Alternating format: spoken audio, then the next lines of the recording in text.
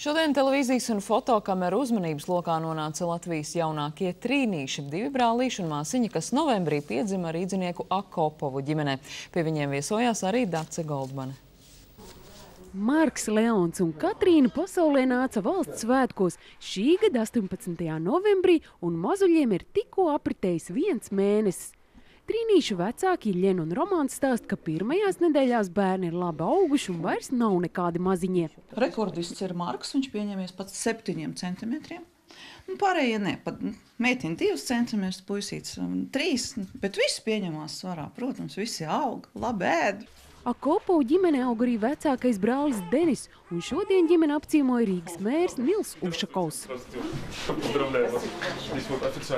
Lai gan visi trīnīši pirms ciemiņu ierašanās bija pabaroti un nolikti gulēt, mazajai Katrīnai īsti miegs nenāca, un viņa bez čīkstēšanas pauzēja kamerām, izraisot acīm redzamu apbrīnu. Vecāki stāst, ka vēl šobrīd mazuļu aprūpēšana nav pārāk grūta, un ģimenē esot arī labs palīgu loks. Mums ir brālis, brāļa sieva, mans tēvs, vectētiņš, tā kā visi palīdz. Jūs izskatāties ļoti laimīgs cilvēks. Jā, protams. Kā tas var savādāk izskatīties? Man tagad ir 4 bērni.